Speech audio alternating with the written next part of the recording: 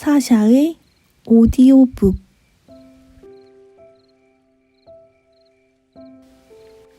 똘똘한 하인. 옛날에 아주 슬기롭고 현명한 하인이 있었단다. 하인의 이름은 한스였어. 어느 날 주인이 말했어. 한스, 잃어버린 암소를 찾아오너라. 그런데 심부름을 떠난 한스는 한참이 지나도 돌아오지 않는 거야. 한스가 왜 오지 않는 거지? 주인은 걱정이 되었단다. 한스는 언제나 최선을 다하는 하인이었거든. 내가 찾아가 봐야겠군. 주인은 마침내 한스를 찾아 나섰어. 주인은 오랫동안 찾아 헤맨 끝에 들판에서 뛰어다니는 한스를 발견했단다. 주인은 큰 소리로 한스를 불렀어. 한스야! 한스야! 그러나 한스에겐 들리지 않았나 봐. 주인이 불러도 대답이 없었거든. 그래서 주인은 달려가는 한스를 쫓아갔어. 주인은 숨을 가쁘게 쉬며 헉헉거렸지. 그리고 겨우겨우 한스를 잡을 수 있었단다. 어이구, 한스야. 내가 찾아오라고 한 암소는 찾았느냐? 주인은 한스에게 물었어. 아니요, 아직 암소를 찾지 못했어요. 아니, 사실은 암소를 찾으려고 하지 않았어요. 한스의 말에 주인은 깜짝 놀라며 물었어. 그럼 넌 지금 무엇을 찾고 있는 것이냐? 암소를 쉽게 찾을 수 있는 방법을 발견했어요. 그것이 무엇이냐? 찌르레기입니다. 모두 3마리지요. 찌르레기? 그런데 그게 어디에 있느냐? 한 마리는 제가 보고 있고요. 다른 한 마리는 제가 듣고 있고요. 마지막 한 마리는 제가 아직 쫓고 있습니다. 그 암소는 찌르레기 소리를 좋아하잖아요. 한스가 대답했단다. 농부와 악마. 아주 옛날이야. 몸집은 아주 작은데 꾀가 무척 많은 농부가 있었단다. 그 사람은 장난이 매우 심했어.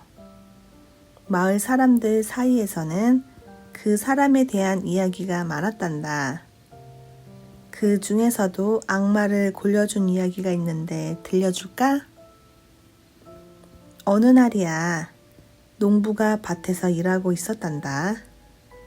날은 금방 어두워졌어. 집에 돌아가야겠다. 그런데 그때 말이야, 그 농부 앞에 불이 활활 타고 있는 게 보이는 거야. 그게 바로 자기 밭이었어. 헐레벌떡 달려가 보니 석탄 더미 위에 누가 앉아있더라. 그게 누군지 아니? 악마였어. 농부는 무서웠지만 아주 침착하게 말했어.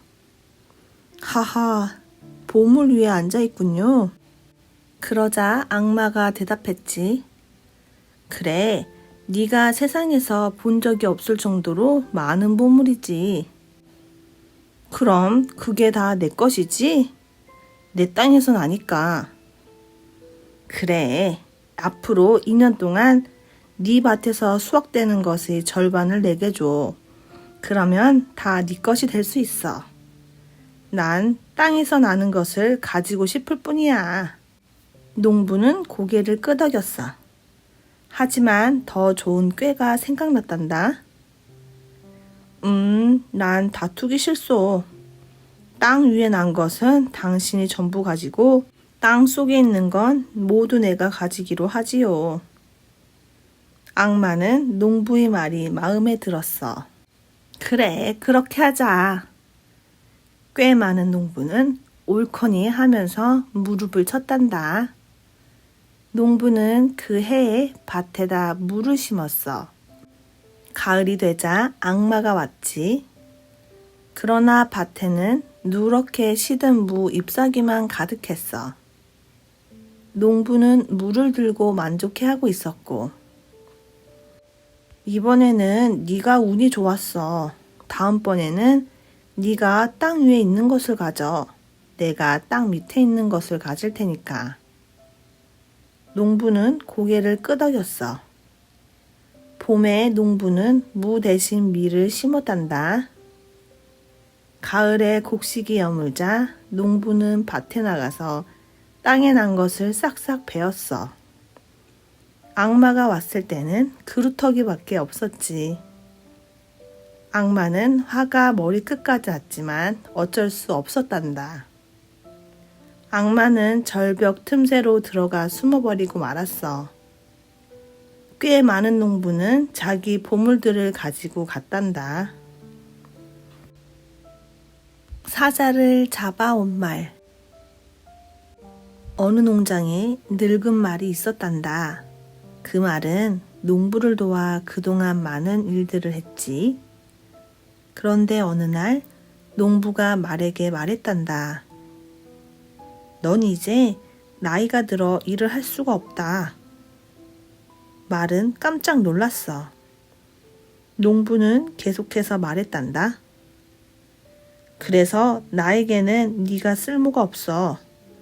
그러나 그동안의 정을 생각해서 널 버리지는 않을게.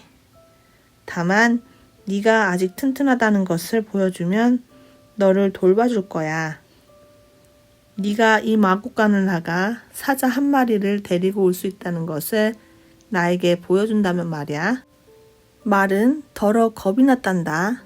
슬펐지. 당장 나가거라. 농부는 말을 쫓아내고 말았어. 킹, 주인님, 너무하시네요. 말은 작은 소리로 중얼거릴 뿐이었지. 땅바닥에 눈물 자국을 뚝뚝 떨구며 말은 무거운 걸음을 옮기고 있었어. 어이 친구, 나야 여우. 왜 그렇게 기운이 없나? 무슨 걱정이라도 있어? 말은 기운 없이 고개를 들어 여우를 바라보았어. 난 말이야. 말은 더 이상 말을 잇지 못했단다. 너무 슬펐기 때문이야. 나무 둥치에 말을 앉힌 여우는 천천히 다시 물어보았어.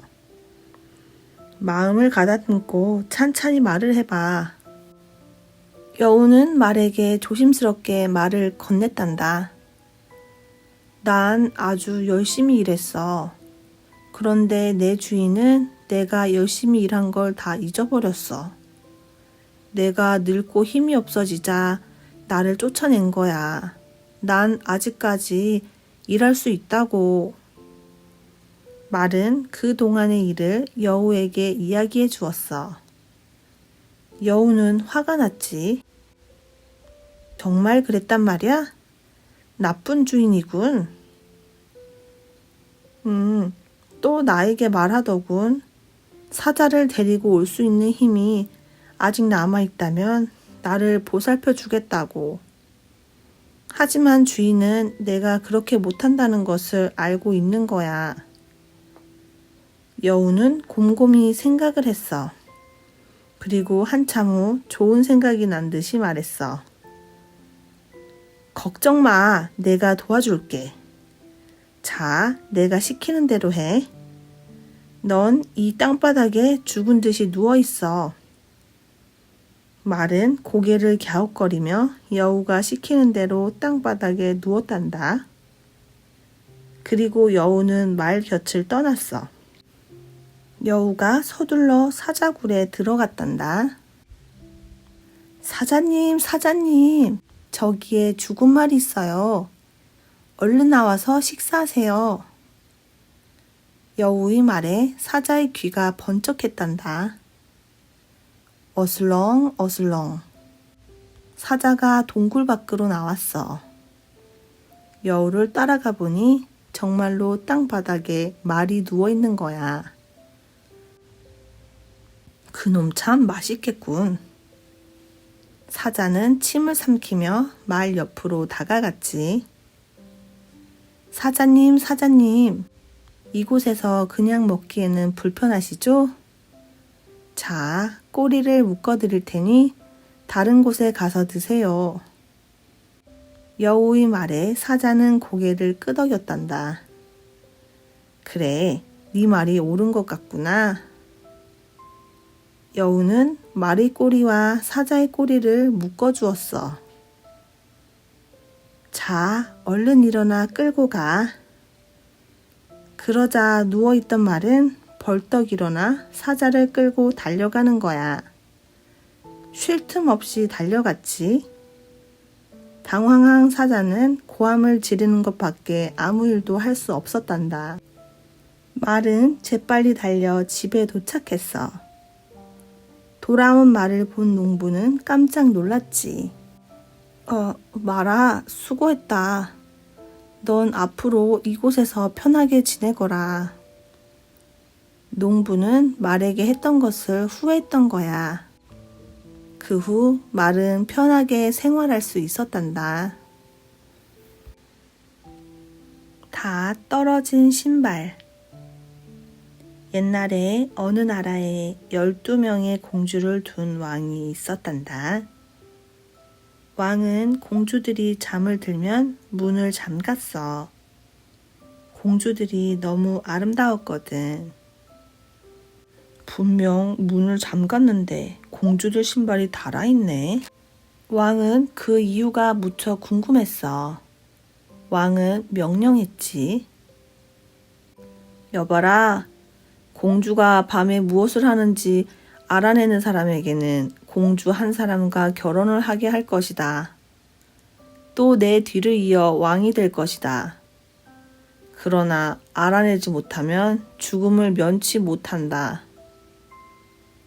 왕의 말에 한 왕자가 나타났어. 왕자는 공주의 방 앞에서 공주들을 감시했지. 그러나 그만 잠이 들고 말았단다. 그 다음 날도 또 그 다음 날도 잠을 잤어. 그래서 결국 그 왕자는 목숨을 잃었단다. 그리고 그 후에도 몇 사람이 나섰지만 모두들 목숨을 잃고 말았어. 그러던 어느 날 가난한 병사가 길을 가다가 한 할머니를 만났단다. 그 병사는 전투에서 자신의 몸을 돌보지 않고 많은 사람들을 살리려고 노력했던 병사였지. 어디 가슈? 네, 갈 데도 없고 해서 공주님이 밤에 무엇을 하는지 알아내러 갈까 합니다. 병사의 말에 할머니는 병사를 지그시 보며 말했지. 공주들이 술을 한 잔 줄 거야. 그럼 그 술을 받아 마시지 말게. 자는 척만 해. 그러고는 병사에게 망토를 주며 눈에 보이지 않을 거라고 말했어. 병사는 궁으로 가서 도전해 보겠다고 했단다. 어둠이 깔리자 병사는 공주 방 앞에 자리를 잡았어. 병사님, 이 술 한 잔 드세요. 첫째 공주가 병사에게 술잔을 건넸던 거야. 병사는 술을 마시는 척 했어. 그리고 코를 골았지. 저 병사도 잔다. 자, 얼른 일어나. 무도회에 늦겠다. 공주들은 모두 서둘러 일어나 무도회 옷을 꺼내 입었단다. 그런데 그때 막내 공주가 걱정이 담긴 목소리로 말했어. 언니들, 오늘은 좀 기분이 이상해. 그러나 언니들은 막내의 걱정을 무시했어. 다른 공주들은 매일 밤처럼 무도회에 갈 마음으로 설레기만 했지. 첫째 공주가 자신의 침대를 툭 쳤어. 그러자 아주 커다란 입구가 나타난 거야. 첫째 공주가 가장 먼저 내려가고 다른 공주들도 따랐어. 자는 척하고 있던 병사는 할머니가 준 망토를 걸치고 그 뒤를 따랐지. 그런데 그만 병사가 실수로 막내 공주의 치맛자락을 밟았지 뭐니. 막내 공주는 소리를 질렀어. 그 소리에 공주들이 모두 놀랐단다. 첫째 공주가 무서운 소리로 야단쳤어. 증거품으로 나뭇가지를 꺾어가야지.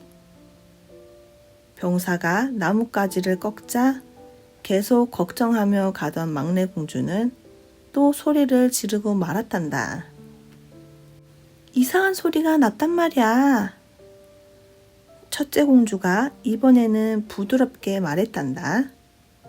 걱정하지 마. 왕자님들이 지른 소리일 거야. 곧 풀려날 생각에 기뻐서 말이야. 그러나 병사는 지나는 길마다 나뭇가지를 꺾었어. 그 소리에 막내 공주는 깜짝깜짝 놀랐지. 한참을 가자 호수가 나타났어. 호숫가에는 배가 있었어. 한 척에 왕자님 하나씩.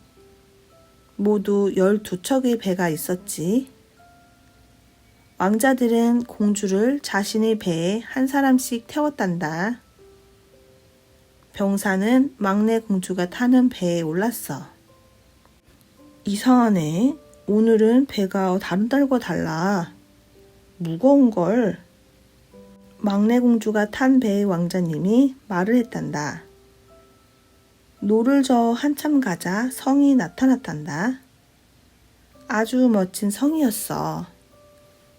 흥겨운 음악 소리가 들렸지. 왕자들은 공주들을 데리고 성 안으로 들어가 즐겁게 춤을 췄어. 아이고, 이제 돌아가야겠다. 새벽이 되자 더 이상 춤을 출 수 없었어. 신발이 다 닳았거든. 공주들은 다음 날을 약속하며 돌아갔지. 병사는 얼른 돌아와 코를 골며 자는 척했어.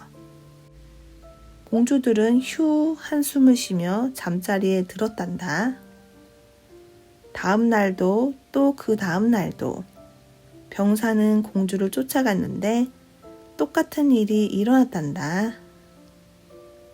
약속한 날 병사는 왕 앞에 증거품을 가지고 갔어. 공주는 병사가 무슨 이야기를 하는지 엿듣고 있었단다. 병사가 그동안 자기가 본 일에 대해 이야기했어. 왕은 깜짝 놀라며 고개를 끄덕였단다. 그리고 천천히 말했어. 자네는 누구를 택하고 싶은가? 첫째 공주를 택하겠습니다. 결혼식이 거행되었고 병사와 공주는 아주 행복하게 살았어. 그리고 지하의 왕자들은 지하에 더 오랫동안 갇혀 있어야 했단다. 실 잡는 여자들. 어느 마을에 마음씨는 착하지만 실 잡기를 싫어하는 게으른 처녀가 있었어.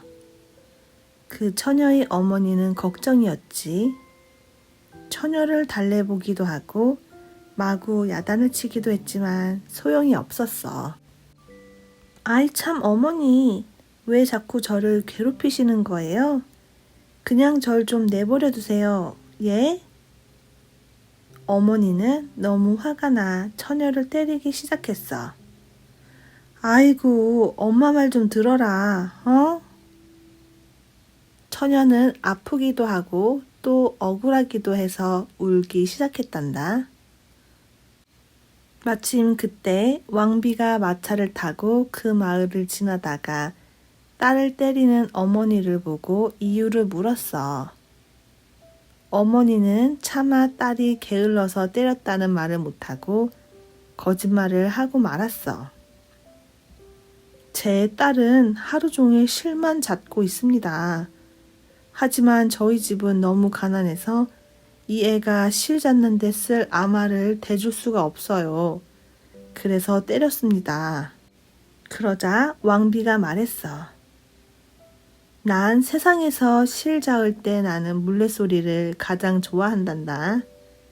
이 아이를 궁전으로 데려가마. 그곳엔 아마가 얼마든지 있으니 이 딸도 좋아할 테고. 어떠냐? 그렇게 하겠느냐? 어머니는 할 수 없이 승낙했어. 왕비는 처녀를 마차에 태우고 궁전으로 갔어. 왕비는 처녀에게 방을 하나 내주었어. 그 방에는 아마가 천장까지 가득 차 있었단다. 처녀의 입이 떡 벌어졌어. 자, 이제 마음껏 실을 잡도록 하여라. 이 방에 있는 아마를 다 쓴 뒤에 두 번째, 세 번째 방의 아마까지 다 쓰거라. 네가 이 일을 다 끝내면 내 큰아들과 결혼식 끌 것이다. 가난해도 상관없어. 넌 부지런하니까. 왕비가 나가고 방에 혼자 남은 처녀는 한숨을 푹 쉬었어. 대체 이걸 언제 다 한단 말이야? 내가 100년을 산다고 해도 다 끝마칠 것 같지 않아. 처녀가 창밖을 보며 고민을 하고 있는데 어느 세 여자가 지나가는 거야. 자세히 보니 세 여자는 모두 특이한 외모를 가지고 있었어. 첫 번째 여자는 발이 아주 넓적했고 두 번째 여자는 아랫입술이 엄청 넓었어. 그리고 세 번째 여자는 엄지손가락만 유독 컸지.